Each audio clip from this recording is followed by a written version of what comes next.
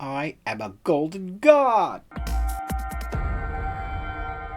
Congratulations to Lisa Wood, who guessed it was Pitch Black in the last movie, the last movie review.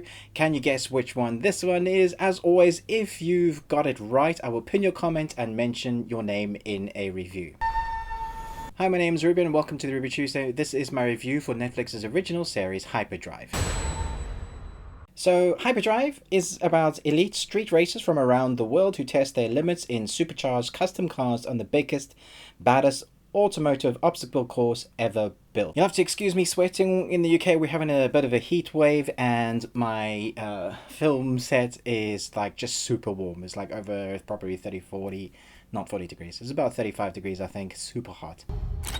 Anyway, Hyperdrive is about 10 episodes long. It's about an hour for each episode, and the best way I can describe Hyperdrive is if you took American Ninja Warrior and you mixed it in with the Fast and Furious, and you put those two together, and you have this weird obstacle course as if you are a person, but you've got a car, and it's this massive obstacle course that you have to kind of win like you would do with American Ninja Warrior. It's like doing American Ninja Warrior, but with your car. I have a soft spot when it comes to these sort of series. American Ninja Warrior, I used to watch quite a few seasons with my family, and we used to get into kind of rooting for the person that you really like. And I feel like they've done the same, they've modeled the same kind of frame for reference in these type of series, where each person comes from a different country, and you're choosing which one you like the most. They build up their character along the way, so they kind of like do these interviews. Each driver is got their own unique type of car, so supercharged, but they all have different characteristics. The drivers are very much part of their car. Their character is very much almost identified through the personality of their car and themselves. Of course, they get help from their family members, and also they have a partner who speaks to them and tells them, like you get those professional rally drivers that say 90 left or hairpin right. You have those as well, so it's quite fun to see how they interact with each other. I was surprised at how much I got into this series, because for as much joy there is from the series, it's super cheesy as well. The commentators do a lot of commentating in between the scenes of when you actually get the racing and when the cars have to do the course, and you get into who you like. You yourself will probably choose one particular person, and they may get chucked out of the course, and then you have to go to someone else and root for them. Oh, the leveler! Maybe you will root for somebody that wins in the end, and in the end of the 10th episode there are 6 guys, or there's 6 people who have made it to the final, and the final was really good because along the way throughout the season they do this kind of retribution. There were a couple of retribution episodes where you could kind of make your way back. There were different types of courses, so they didn't just stick to the one, although most of the bits in the courses that are very familiar. They do similar things, but they change it up, which I think is very good and keeps it fresh. And then they make it harder or more difficult, or like these shows do. Like with American Ninja Warrior,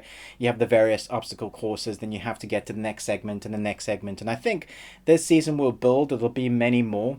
It's interesting to me that Charlize Theron is one of the executive producers of this show. She was in one of the latest Fast and Furious film, I think, and she obviously is a bit of a perpetual head because she's obviously backed this with being an executive producer, so it has good backing. It's from Netflix. It is cheesy in parts, and if you can put the commentators' cheesiness aside, sometimes I think they do a great job, but I can't handle all the cheese. So if you have to, maybe you can skip along on some of the episodes, skip past the cheese and get to the driving, because that's where this series really shines. It's in the filmmaking of how they capture the course, how they see the cars as doing the 180s and the wheel spins, and how each driver you come to know and which one you choose that you want to win.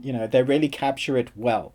So I guess it's like an amalgamation of like really great filming, like stuff you would see in Top Gear, how they capture the cars. It's shot at night, so you see all these like luminescence lights set up, so the course of course looks very vibrant, and it's obviously scripted in a way they hit, I guess, emotional beats within the racer, so that there's a kind of storyline, if you will, You know, you want the person at the back to come forward and win and beat the next person's time. If there wasn't any of that, it wouldn't be any fun to watch. So by the time you get to the 10th episode, I was sitting forward on my seat and I didn't realize how much I was into it. So the 10th episode has a really great kind of finale. It was, you know, I was riveting. I was satisfied. By the time it ended, I was like, wow, that was actually really good. I was kind of like, oh, okay. I'm kind of looking forward to the second season. And I'm not a massive petrol head or massive car fan. I do enjoy, you know, certain car types. I love Dodge Vipers or muscle cars. We don't get a lot of those in the UK, but you know, when one of my favorite characters in the Supernatural series is their car, just because their car is amazing. So let me know in the comments below what you think about this series. Are you into any of them? I'm also going to review another type of cars called Rusties. I think that was on the History Channel, but it's just come into Netflix as a Netflix original. I guess they've bought the rights to air that everywhere. And that's about a guy who transforms muscle cars. So look out for that on my channel. If you like my content and you want more content like this, but behind the scenes stuff or where I make mistakes or short films, then you can always hit that subscribe button. I don't do Patreon, but that's what I do within YouTube. It's like a Patreon version in this, where you'll get extra content, live content, and that kind of stuff. So if you'd like to support us that way, we'd love you to join our community there. But most of all, until next time, remember, live long and Tuesday.